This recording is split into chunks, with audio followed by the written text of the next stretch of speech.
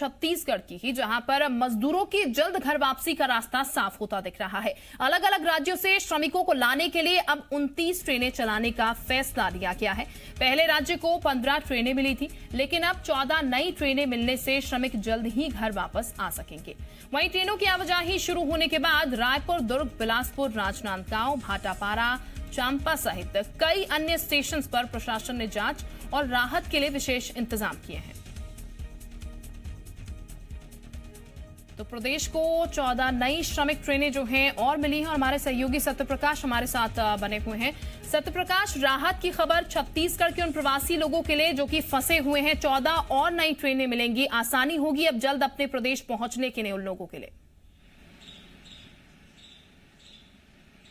बिल्कुल, देखिए करीब 1.5 लाख श्रमिक अलग अलग प्रदेशों में छत्तीसगढ़ के मूल निवासी हैं जो निवास करते हैं।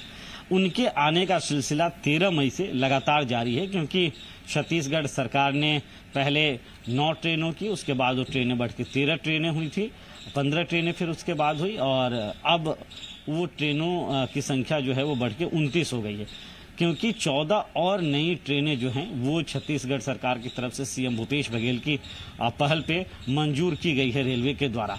तो अब कुल 29 ट्रेनें रहेंगी, जिन ट्रेनों से अलग अलग शहरों से प्रदेश दूसरे प्रदेशों के, जैसे लखनऊ से कई ट्रेनें अभी आने वाली हैं 1-2 दिन के भीतर। इसके अलावा अहमदाबाद से, इसके साथ साथ जम्मू कश्मीर से, इसके अलावा पठानकोट से ट्रेनें आई हैं। तो दूसरे जो अलग अलग प्रदेशों के शहर हैं जहां पे छत्तीसगढ़ के श्रमिक फंसे हुए हैं या जो श्रद्धालु हैं वो फंसे हुए हैं या जिनको मेडिकल किसी इमरजेंसी के कारण छत्तीसगढ़ वापस लौटना है या छात्र हैं, इन सब के लिए इन ट्रेनों के जरिए व्यवस्था की गई है। स्पेशल श्रमिक ट्रेन जो हैं ये लगातार 13 मई से छत्तीसगढ़ आ रहे हैं। मजदूरों के आने का सिलसिला जारी है, लेकिन बड़ी तादाद में भी मजदूर फंसे हुए थे और इसीलिए ये अंदेशा जताया जा रहा था कि अगर सिर्फ 15 ट्रेनें रहेंगी तो बहुत लंबा वक्त लग जाएगा। और ऐसे में हम तस्वीरें जो लगातार देख रहे हैं और दिखा भी रहे हैं कि कैसे जो दूसरे प्रदेशों से श्रमिक है वो अपने अपने प्रदेश पैदल ही 8-8, 10-10, 12-12 दिन चल के आ रहे हैं। तो ऐसे में वो स्थिति और ज़्यादा दिखने लगी।